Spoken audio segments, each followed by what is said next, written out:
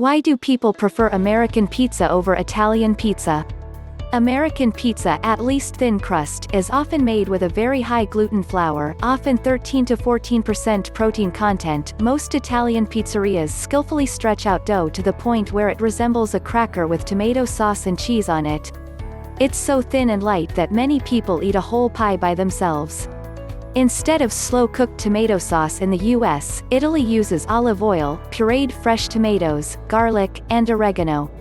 This gives their pizza herby taste that U.S. consumers may not come across often.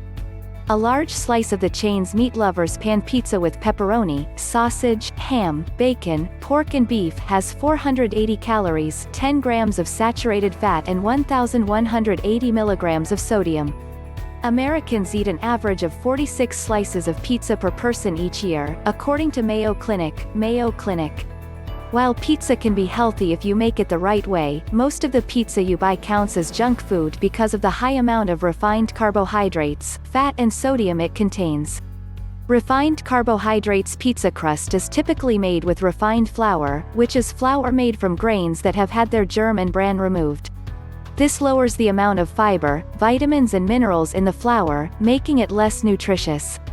The 2010 Dietary Guidelines for Americans recommends limiting consumption of refined grains and getting at least half of your grain servings each day from whole grains. Eating refined grains like those found in pizza increases your risk for abdominal fat, including the more risky type of abdominal fat called visceral abdominal fat, according to a study published in The American Journal of Clinical Nutrition in November 2010. Visceral abdominal fat increases your risk for type 2 diabetes, heart disease and breast cancer, according to Harvard Medical School. Fat content: the cheese on pizza is high in saturated fat, which increases your risk for high cholesterol and heart disease. Each 5-ounce serving of cheese pizza contains 18.5 grams of fat, or 28% of the daily value for fat. Saturated fat makes up about 6.5 grams of this fat, or 33% of the DV. Adding meat to your pizza will increase the fat and saturated fat in your pizza, as meat is another major source of saturated fat.